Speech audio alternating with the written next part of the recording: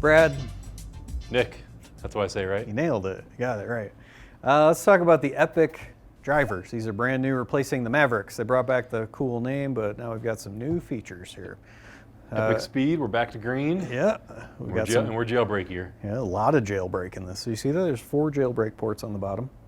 Much more of that runs horizontal inside of the club, so now you've got a faster ball speed all over the face than you did in the original jailbreak, so that's the trend there. Do you think it looks cool though? That's the most important thing. It looks cool on the bottom, so I like the colors, and it's a kind of a blending of Epic from a couple years back and then a similar Rogue sole plate, especially in just the Epic speed. It doesn't have the adjustable track, which we'll talk about here in a second. No weight track, but that one's super aerodynamic. So I was just looking at it. The crown in particular I found to be very flat, which I thought was interesting. But then is it just trailing sole? Does it move upward as much as the previous Maverick did? Yeah, it's really similar to the Maverick, where, especially just comparing it to those two, where the back area of the sole just slopes up a lot quicker, and that's where they're trying to make this club just faster, and actually have you swing it faster by doing so. So there's some potential drawbacks that go along with it. It's not really made to be a super forgiving driver, at least relative to those two. Yeah. But it's made just to be like, if distance is really what you want, this would be an awesome one to test out. And don't get Brad wrong here. That is still super forgiving, like relative to the Maverick. Yeah, relative to the Maverick, so it's less forgiving than those two. Still by normal standards, definitely forgiving. Relative to last year, though, if you like the Maverick, this one is even more forgiving. Maverick last year we had it about 4,400 in the MOI. This one's all the way up to about 4,800 this year. So it's significantly more. 400-point jump is pretty significant. That's a lot for a driver for sure. So I think they probably made some good improvements, and they did it in lieu of not having to raise the center of gravity or the sweet spot up on the face, so the balls would spin more. Yep. So if you can get hopefully really close in on this one, the center of gravity, the sweet spot is that little tiny silver dot you see there. It's pretty neutral. It's only a couple millimeters towards the toe. I'd call it pretty much a neutral driver. And then a couple millimeters above center. So it is even closer to center than how it was with Maverick last year. Maverick was good last year. It was just a little bit higher up, so this one's just a little bit lower and more forgiving. Yeah, so a lot of people ask us all the time, are the new drivers actually better? I'd say since the last 3 or 4 years since we've been measuring them, every year they do get better, and this is no different. Now that's not to say that if you bought a Maverick last year that you'll gain 50 yards more distance and hit every driver into the fairway, but they are a little bit different. So you might lose a couple hundred RPMs as backspin. The mishit shots might get a little bit closer to the fairway. These are an improvement, and we do that using the measurements that Brad just went over. Yeah, and what I would expect to see from this one, just compared to Maverick last year, would be a driver with the new jailbreak. So you mentioned it's basically like a triangle with some even diagonal bars in there as well too. I'd expect to see just some faster speeds across the face compared to Maverick last year, while also being a more forgiving driver. Maverick last year, for me, it just had a little too much spin. Even just the handful of shots I've hit with this, though, even in a 10.5, the spin was actually pretty good for the setup I'm holding here. And it's green instead of orange, which I think looks Everyone cool. likes that better, right? You want to hit one? Yeah, give me some impression. I'm looking more towards what's it feel like, what's it sound like to you. So something we've relative. got a 10.5 set up, and it's a 55-gram regular flex. Just perfect fit just exactly for you. what I would pull out of my bag right now. If Dave Baltzer were here, that would work. So it sounds loud. I wouldn't say it's as loud as, it's not the loudest driver I've heard, but you'll notice that from another fairway over. I'd say it's a little more muted maybe than last year compared to, I think it's a little more of a solid feel, less tinny, pingy kind of. Right. So I would, as far as just personal preference, I would pick this over the feel that Maverick had last year. Yeah, nice second. 329 with 3,200 RPMs of backspin. That's not ideal for you, Bradford. No, I mean, for a 10.5 regular flex, it's actually pretty good though. So it's for what it is. It's lower spin than I would probably expect to get if I just grabbed a 10.5 regular flex off the wall. All right, Epic Max. Yeah. So Epic Max, it was basically your adjustable Maverick Max. So MOI is very similar to last year. It's actually almost identical, 5,200. The most forgiving drivers we're measuring this year, majority of them are around that 5,200 mark, so this one's right there with it. But what Maverick Max lacked was the movable weight channel. So now we have some adjustability with the weight as well too. And they did a nice job on this one where the sweet spot is pretty much right in the middle of the face. And again, compared to Max last year, it is a few millimeters lower. So similar story, I'd say, with this one compared to the speed. You should have a driver that's similar forgiveness, probably a little faster off the face. but lower spin compared to what we saw in the Maverick Max last year. And less draw bias than last year. A little bit less draw bias. Yeah, moving this weight all the way into the heel, you are going to see that sweet spot move a little bit onto the heel side of center, but I wouldn't expect it to go to the extreme whenever you had that 14-gram weight in the heel like you did last year. Yeah.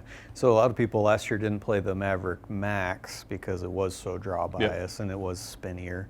I'd have no problem grabbing that, putting the adjustable weight into the toe so it was less or more fade bias really, and playing golf with that all day long. Just go down and loft a touch. And I think a big reason why they're having this success of moving that sweet spot lower is because now one of the new designs is wrapping the composite material, is going a little more over the toe, and you can even see it down here in the toe plate compared to how Maverick was. Yeah. So as they add more and more composite, they just take that weight that would have been metal and just put it somewhere else. A lot more than previous years. So yeah, that's really the name of the game with drivers anymore. I didn't look at how I had that set up, but I do have. Do you like the way I wear this tool?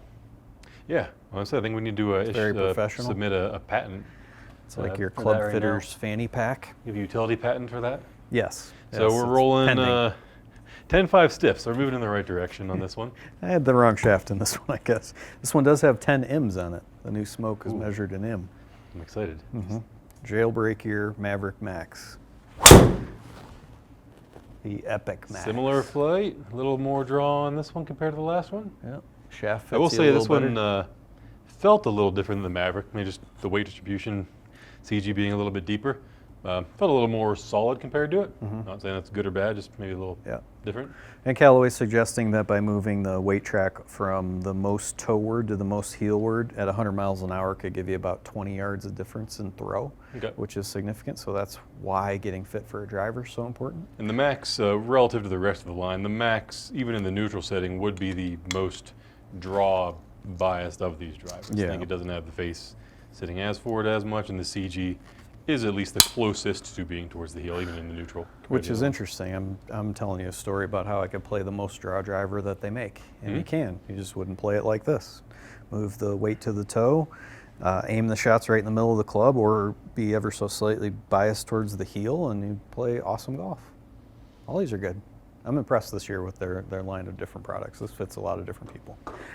You have the Max LS. What do you remember about that?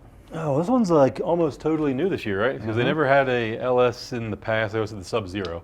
So in the past, the Sub-Zero always had a rear weight and a front weight. They've ditched that this year, and they've gone to the LS, which I think is probably going to be a good option for majority of golfers. I mean, most people that came in for us, we didn't need tons of Sub-Zeros, right? That was your super low spin, not nearly as forgiving. I think the LS will be kind of that balancing act between the two. It's about 5,100 when it comes to the MOI. Compare that to the Sub-Zero last year, which could have been as low as 4,400, depending how you set it up. So significantly more forgiving, but the CG is still pretty low. It's right here a little bit towards the toe, so it's a little more on the fade bias side, and it's just about 2 millimeters above center. It's, again, pretty neutral in our world. So it should be most fade bias driver, and then I put the weight with my fancy tool here, the most towards the toe. So lowest spinning of the bunch. Again, pretty forgiving. Unfortunately, we're going to be hitting this guy in 11 degrees, so let's see what happens. So it's the lowest spin, but the highest loft that we've used. Let's try it out. I'd change that, but this is kind of fun. This one has 10 M's. That looks like it's the one that fits you the best. It's going pretty good for... That was lower than the 9 degree. So nice job, Brad.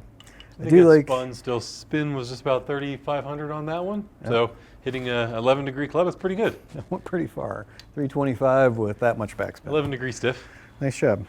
I don't want to take too much out of the jailbreak here conversation, but I mean seriously, looks like it's an improvement on ball speeds all over the face just by having more of the jailbreak, some horizontal pieces to it, and inside they've just changed it. The best way I can describe it is it kind of looks like a square with corners structuralized so that they're almost just making triangles in the corners, which from the little bit of architecture I know about, the more triangles you have, the more robust your design really is. So that one class you took in high school? Surprised you on that one. No, I just read about it on the internet, so I know it's true. Did you know Dave had a dog named Max? I did, and he hit a really nice shot in memory of him. He really did. It was incredible. So if you're interested in these Callaway Epic drivers, and you should be if you're interested in new drivers. They have a line of 3 drivers here that will find something in there will be able to fit you.